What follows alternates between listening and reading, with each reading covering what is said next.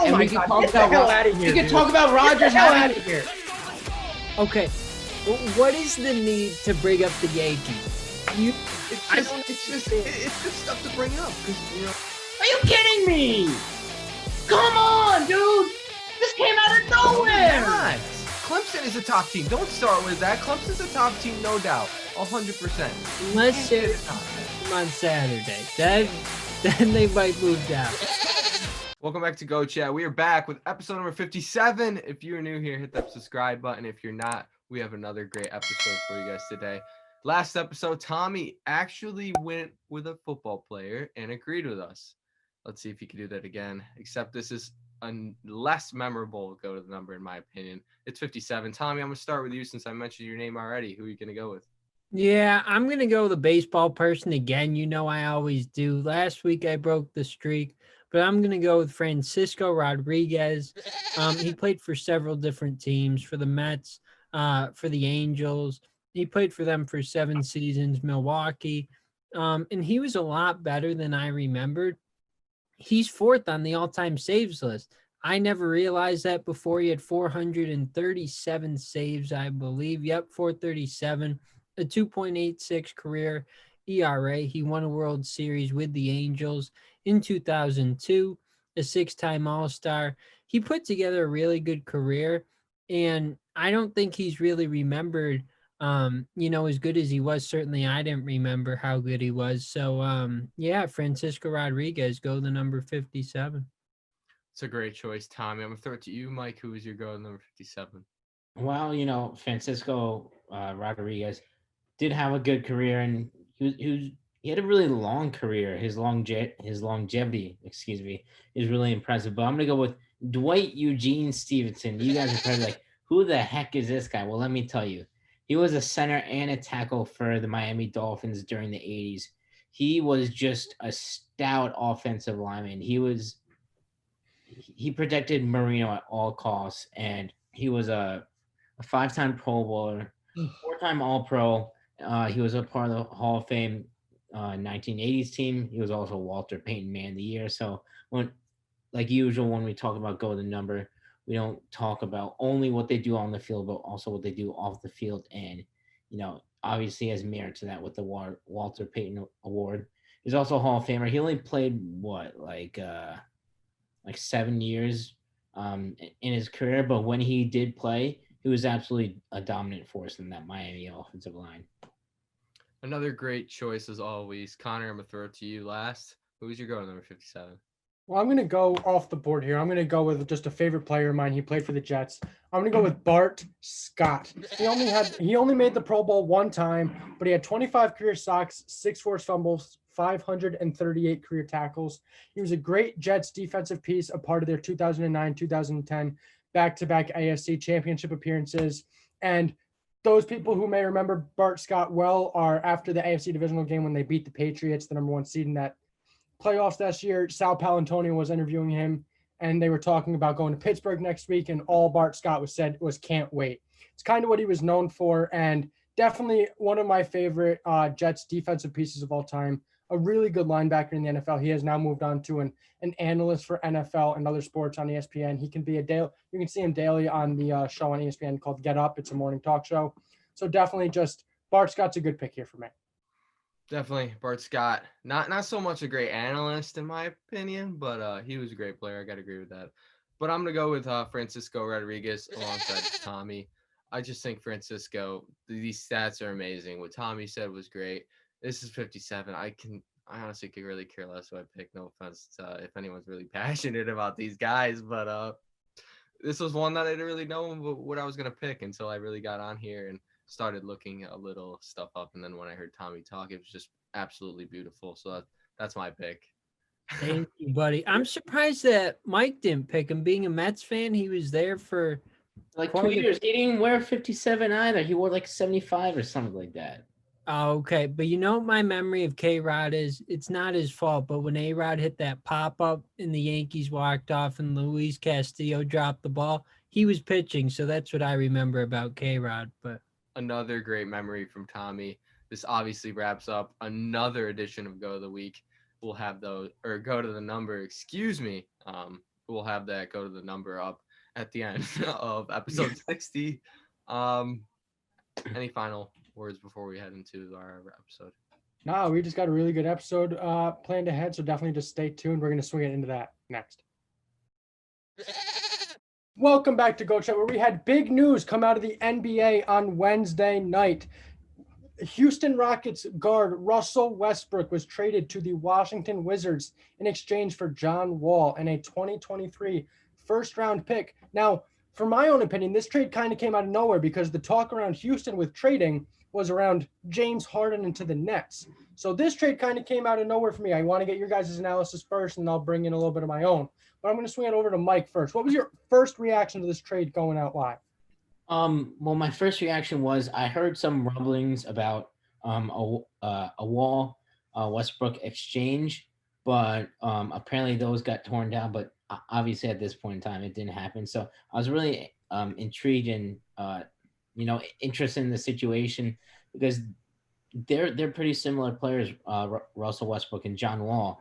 But the more I looked into it, the more I think it could be good for both teams. I definitely think the Wizards won this trade because I feel like Westbrook right now is better than John Wall has ever been in his whole career. John Wall has only shot 45% or more once in his career, and that was in 2016, which is by far his best season, where he shot 45%, averaged 23 points per game and 10 assists. The thing with John Wall is he's just so inefficient. Yeah, he's a good passer, but so is Russell Westbrook. You could even argue that Westbrook is even a better passer and scorer and rebounder, and they're pretty much the same type of defender. So I feel like the Wizards needed someone to go next to Bradley Beal that wasn't going to butt heads with him like John Wall and Beal have in the past. And then Houston gets someone who's not as ball dominant as Russell Westbrook, and John Wall can distribute or is more willing to distribute the ball than Russell Westbrook is. So I think it could benefit both teams, but I think the Wizards have the slight edge in this one. Tommy, what are you thinking? Yeah, so what I'm kind of wondering is how's it going to impact where James Harden goes? Would he stay in Houston? Because I know that they weren't, James Harden wasn't too happy about playing with Russell Westbrook. I guess that, there were some issues there. They played together for a couple teams and they've been together for a long time. But, we heard that Harden wanted to go to Brooklyn. That obviously hasn't happened yet. What do you guys think about that? Do you think that this might result in Harden staying, or do you think he still wants to go to Brooklyn or somewhere else? I think that's all going to depend on, I think the NBA season schedule is coming out now. It looks like the first games are going to be right around December 23rd. So I don't think there's going to be a move on Harden before then. So I think it's going to rely on those first couple games that he plays with John Wall and the type of chemistry that they might build and how Houston plays. And then maybe at the trade deadline, if he's not happy, I could see a move. But for the time being, I don't think there's enough time for Harden to be moved before the start of the season. Honestly, I think they're just going to run it with John Wall and James Harden. And they just signed Christian Wood, who is a really underrated signing because once Andre Drummond left, he kind of looked like Bam Adebayo once Hassan Whiteside left. Not this season, but the season before. Would average like 23 points per game, 10 rebounds. And the Rockets also signed DeMarcus Cousins to a 1-year deal. So John Wall is excited to meet again with his Kentucky buddy. So I think the Rockets are going to keep Harden for at least another year. Matt, what's your analysis been on this? I can't see. First off, I just can't see the Rockets trading James Harden at this point. I feel like we're kind of already into December. The season's obviously coming up soon. I think if they wanted to trade him so bad, they would have done it already. So I don't think they're going to trade him. I think they're going to run it out with John Wall there. And like Mike said, Boogie Cousins too. It's going to be interesting to see them together again. But I think it's all going to depend on what happens. If John Wall comes back as, what he was when he got injured, the guy hasn't played in like 2 seasons. If he comes back and is awful, then the Wizards won that trade. But if he comes back and he is that all-star, he was an all-star for 5 seasons in a row. He was a defensive, all-defensive. He was on one of the all-defensive teams, all-NBA player. So the guy isn't awful. He hasn't had an awful career. He's a good player. to his potential. Like what we saw him before is he's a great point guard in my opinion. So if he comes back and he's still great, then I don't think that the Wizards necessarily won that trade. But let's say John Wall comes back, he's awful. Well, he's not awful, but he's just not the same player he was. Not playing. The last time he played was what? Like, I feel like beginning of the 2018-2019 season. Then he got injured almost halfway in. I think he played like 32 games. Yeah, 32 games. So that's like what, January or whatever, around then. So the guy hasn't played for a while. So if he comes back and he just isn't the same, then the Wizards obviously won that trade, getting Russell Westbrook on their team. Maybe that helps them make the playoffs, which obviously is a goal for them in the East. So I think it's all going to depend on what happens. I would say right now, looking at the trade, I would give it to the Wizards just because I don't know what John Wall is gonna do for the Rockets, but it's definitely got to be challenging for the Wizards fans seeing John Wall being moved since he got there in 2010. He was such a key player for that team and such I guess I would say an icon for that Washington Wizards team alongside Bradley Beal. So it must be difficult, but looking at this face value, I got to say the Wizards won this trade. I'm gonna slightly disagree with you guys, and I'm gonna say the Rockets won this trade for the simple reason that Russell Westbrook isn't on the Rockets anymore. Because we saw in his 1 year there with the Rockets, there was a lot of sharing the ball. Him and James Harden never really had a good game together, and it wasn't the James Harden that we've seen before. James Harden's always been at the top of the MVP conversation. He really wasn't there that much this past season, and it's due in part because Russell Westbrook was controlling the offense. It was no longer James Harden bringing the ball up past half court, and it was him with the ball in his hands. It was the point guard and Russell Westbrook. Where I think once Russell Westbrook moves over to the Wizards, I definitely think the Wizards are going to be a good team with Russell Westbrook there. It is an upgrade from John Wall, in my opinion. But if we see the John Wall of old on the Houston Rockets, where he can make these flashy passes and he is a very good defender, and you match that with James Harden, who has shown glimpses of defensive greatness, where you saw it in the bubble there with the block. And I don't know why you're rolling your eyes at me. Defensive greatness? Yeah, James Harden can be a good defensive player sometimes, but we're not talking about greatness here defensively when it comes to James Harden. Yeah, he had that nice block against the Thunder, but greatness is a stretch. If we're talking about this for a second, James Harden's defense has been so overlooked. He has, in the past 2 seasons, his numbers in steals and blocks have been his number of steals for shooting guards have been in the top 20 in the league the past 2 seasons. Is that like an accomplishment? You're in the top 20 shooting guards, the whole NBA for steals and blocks?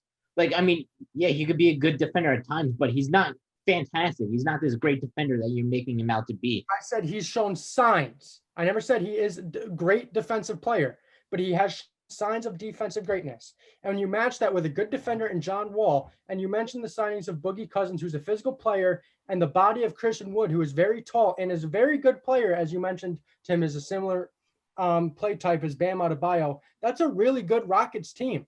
And a lot of people had really high hopes for the Rockets with Russell Westbrook and James Harden there this past season. They did kind of dump all of their big bodies there at the trade deadline.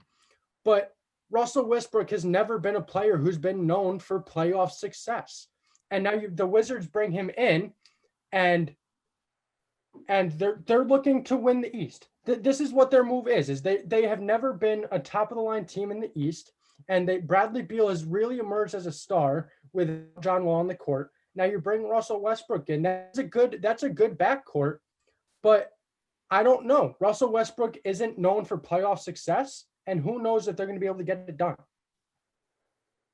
Yeah, I completely agree with you on the fact that Russell Westbrook isn't, known for his playoff success. He over the past couple of seasons, he has faltered in the playoffs, like I mentioned, around the NBA playoffs this past season. But I think this is just a move for the Wizards to at least have some sort of relevancy in the Eastern Conference. And, who knows, right? They just drafted that guy out of Europe who seems pretty solid. He slipped down to Wizards at 9. And this is just a move for the Wizards to be competitive, because I honestly don't think that John Wall is going to be the player that he once was in 2016, which was what, 4 years ago at this point. He had 2 surgeries to fix some bone spurs in his left heel, especially for a point guard. His foot, that's not a good sign at all. And I honestly just don't think that he's going to be the player he once was. For the Rockets to compete, John Wall has to be his 2016 self and more. And I just can't see that in any stretch of the imagination. I mean, who knows what's going to happen with Russell Westbrook, though, because you bring him from the West, which is just stacked with talent. Now you move him to the East, and now he's probably one of the top 5, 6, 7. He's in the top 10 players in the Eastern Conference now, based on just this one move. And I mean, you mentioned John Wall and how he has to compete back on his 2016 self and more for Houston to compete. I mean, before Russell Westbrook was there, Houston were contenders. I don't know what you mean by John Wall has to be himself from 2016 and better in order for Houston to contend. They've always been contenders since James Harden has been up to his full potential. I mean, they did have Chris Paul though. Yeah. But Chris Paul was hurt at times, especially during the last season. I do remember that. But still, I don't think John wants to go like above and beyond for them to contend, but he's got to go be out there and just be that role player that he once was. I mean, it's not like his stats were awful after the 2016 season, though. Just looking at it face value with these stats, he had 19.4 in 2017, 2018. He had 20.7 points, and then assists, he had 9.6 and then 8.7. And before that, his 2016-2017 season, he had 23 points and 10.7 assists. So it's not that huge of a drop. I mean, I think the biggest thing that happens when a player isn't on the court for an extended period of time because of injury or whatever is a lot of people forget the type of value that he has. We've seen it over and over again. And maybe it bites us in the butt sometimes where when Rob Gronkowski came back to the NFL, everyone thought that he was going to be the same great tight end that he was years ago with Tom Brady. And he hasn't lived up to that. Maybe that's the same case here with John Wall, but who knows it is. Maybe he comes out and he's taken extra time to make sure he's 100%, and he's been putting more time into the gym to make sure he's 100%. Then he's able to come out in Houston and make them contenders. It's all about how he's been training at the end of the day. If you're someone, the thing about Gronk, like we've said before, and I don't want to transition this into football real quickly, but still, the thing about Gronk is Gronk was retired, and then we saw him on The Masked Singer. We saw a bunch of, I don't know, what was he doing, WWE, just random stuff. And it all depends about where John Wall is in his training. Like players like KD too, when we see him come back, and hopefully Klay Thompson in the future, if he comes back, it's all going to depend on about how they're training and if they're still, as driven as they once were in the league to go far to get that ring and etc. Get that MVP, whatever they're driven to go for. Mm-hmm. I'm fans of both of these guards. I'm a big fan of Russell Westbrook. I'm a big fan of John Wall. I'm excited to see them both succeed. Obviously, I don't want Russell Westbrook to have too much success because the Wizards are in the same division with the Miami Heat. But I do want them both to have success. I think John Wall could be very successful in Houston. I think Houston could turn out to be a very successful team. They did add DeMarcus Cousins and Christian Wood, which is what they were lacking last season was the big bodies in the paint. And then you have that with James Harden and a potential healthy John Wall. I think that's a very scary team. Just for clarification, in an article from Sports Illustrated, May 26th this year, Wall did say he was 110% and that he's healthy on a Zoom call with the writer of the article, Ben Pickman. So, who knows if that's true? Obviously, we'll see this season how, he begins to play, right? But I do think this extended time off from the NBA hiatus could definitely help Wall. And, who knows if he could regain his former self, because if the Rockets truly want to contend for a championship, he has to be at least 2016 Wall, because what Westbrook and Paul, in my especially Westbrook last year, they were both better than 2016 Wall. Well, I think this has been a great conversation. Does anybody have any last comments on what they think of the trade or anything else? You picking up John Wall in fantasy basketball this year? I mean, it could be a potential move. All right. Well, I think that's going to wrap up this segment. We're going to swing it right over into the next one. Welcome back to Go Chat. We're going to finish up the episode with Go Picks. We look at the leaderboard right now. Connor's still in first, but only by one. Only by one, behind me and Mike. And then Tommy is last. Tommy, I hate to say you're last every episode. Buddy, that's okay. I'm going to get back there. All right. Well, the first game is number 1 Gonzaga versus number 2 Baylor. A huge game, 1 versus 2. Connor, you went against Baylor last time. Are you going to go against them again?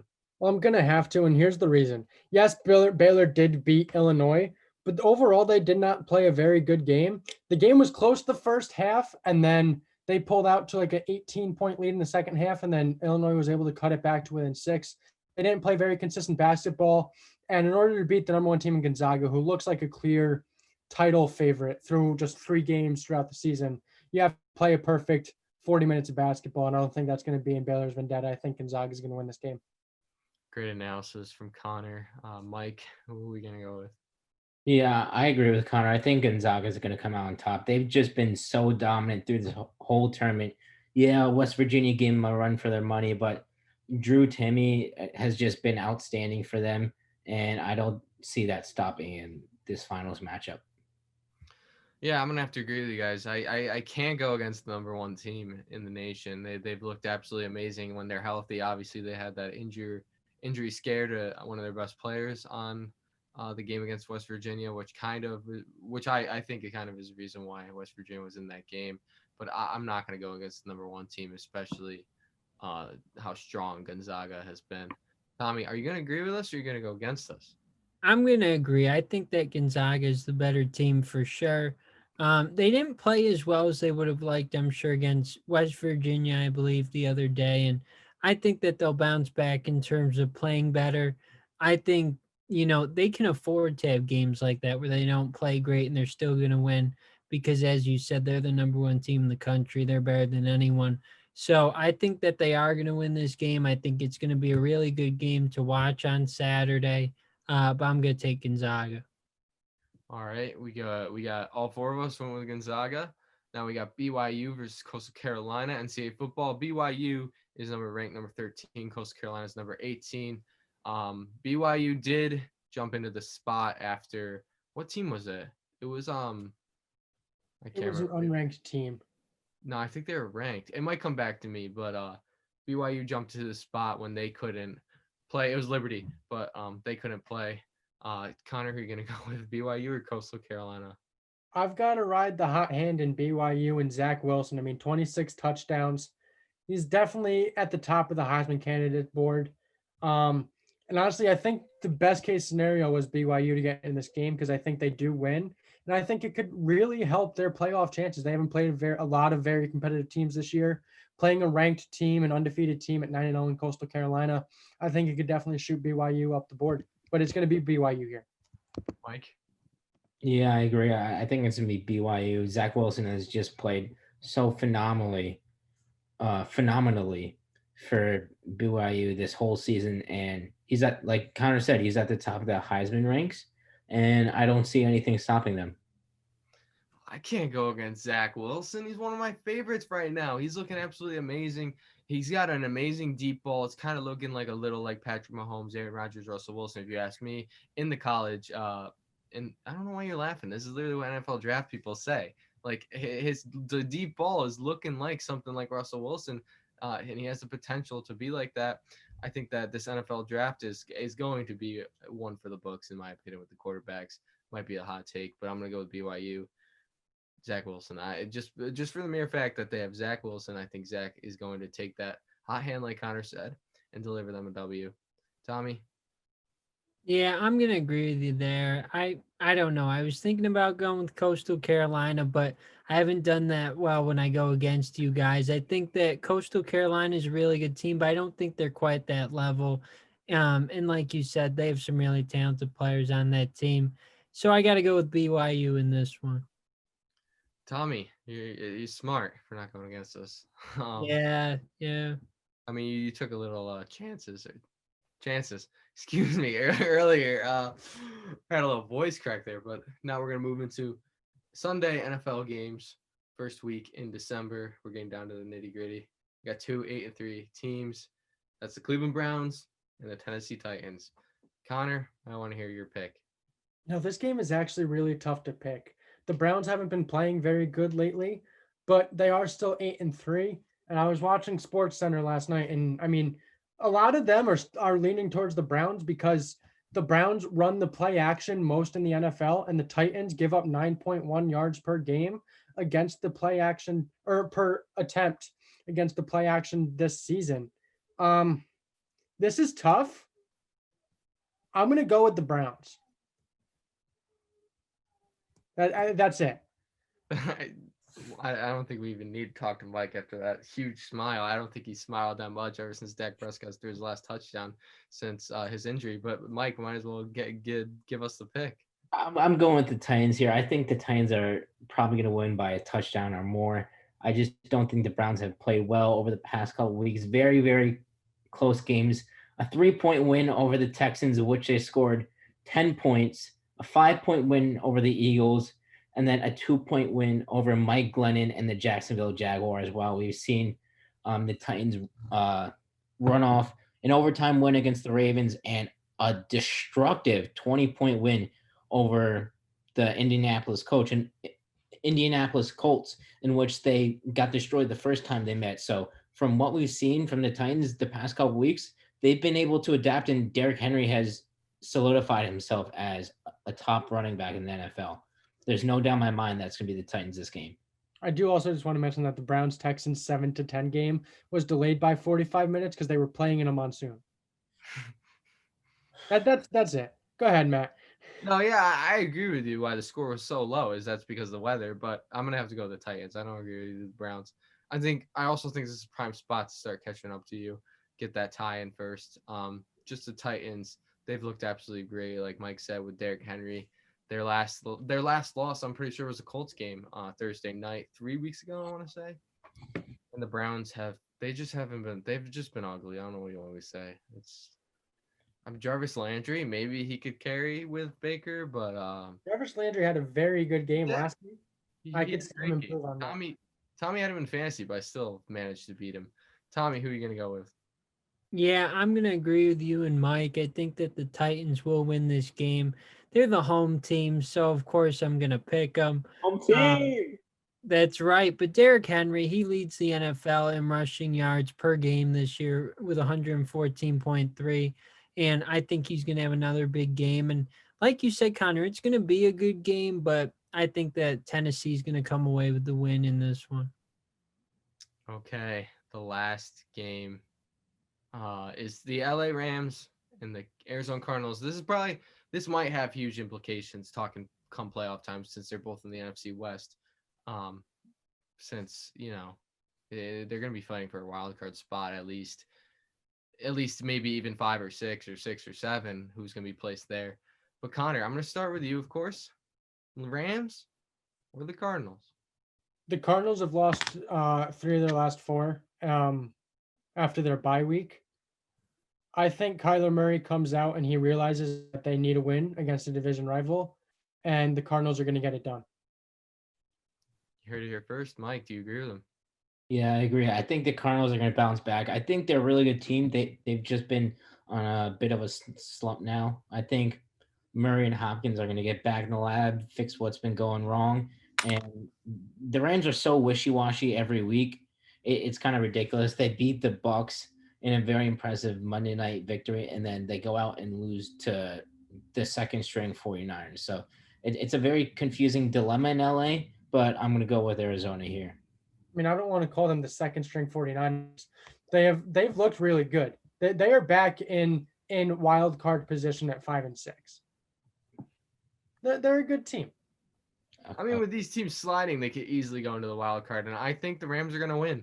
I'm taking the really inconsistent Rams here, and The reason I don't have a lot of evidence to back me up, the reason why I like this is because the Rams defense is going to come in clutch when they need to. The 49ers game, they've lost twice to the 49ers this year. Both losses were very ugly, but they managed to show that they're a great team. I mean, like 3 weeks ago, we were talking, 2 weeks ago, maybe not we were talking, but ESPN analysts, which I'm not saying they're the smartest people, but just different analysts were talking about the Rams being on top of the NFC merely for the fact because of their defense. And personally, I love their defense. I think that it's going to come up clutch against Kyler Murray.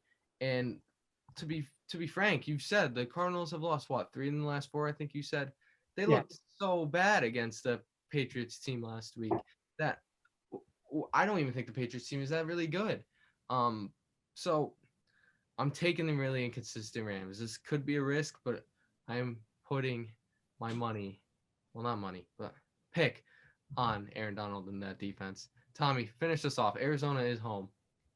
Yeah, I'm going to go against the home team. I'm going to agree with you, Matt. I think the Rams are going to win this game. Sean McVay has never lost against the Cardinals since he's become the coach.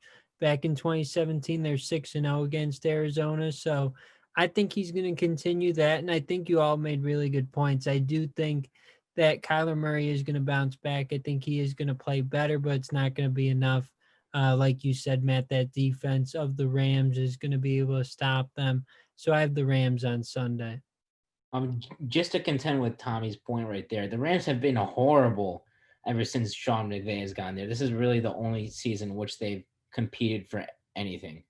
No, I know. No, I mean the Cardinals. Excuse me.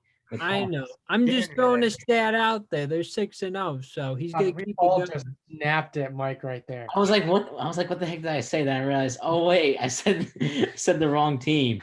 I was also gonna say that when Mike hadn't, was that the Cardinals really haven't been anything the past couple of years, and now I mean they've kind of emerged. Kyler Murray is stepping into his own. I think the Cardinals are a good team. I'm not saying they aren't. I'm just saying they're gonna lose. And Tommy's on my side, so I got the mojo coming at me against you guys. Yeah, well, Tommy's in last place. Well, listen, you don't got the how much mojo is there when Tommy's sitting in last place? Why are you disrespecting Tommy like that? Even though he's in last place, it doesn't mean he's not picking the right games. Right, obviously not if he's in last place. Come on, Tommy, stick up for yourself. Thank you. Well, I'm going to bounce back. I can't say too much, Matt, because I am in last place. I've done pretty bad since we've started the second one. But I think that I'm going to get some wins. I'm going to go 4-0 this week, and I'm going to be – well, I'm not going to be right where I need to be, but I'm going to be getting there. Well, here it'll be 3-1. Here is an interesting thing. If things fall my way this week, I'll be back up by 2 games. If things fall Matt's way, Matt is up a game. This is a big week in pick'ems when we are under a month to go until the end of the season. Crazy. I think I'm the only person to go 4-0 once too. You could correct me if I'm wrong. Me and you went 4-0 last week, and Tommy. Oh, well, not yet. Not yet. We need Texas A&M. I forgot about Texas. But it really doesn't matter. We all picked the Aggies, so. That's going to wrap up a very good episode number 57 of Goat Chat. Definitely stay tuned to our Instagram page and hit that subscribe button. We did just hit 100 subscribers. It fell back underneath, so we need you guys' support. We need to get back up there. But definitely just keep hitting that, keep loving, keep following, keep subscribing. We will be back on Wednesday.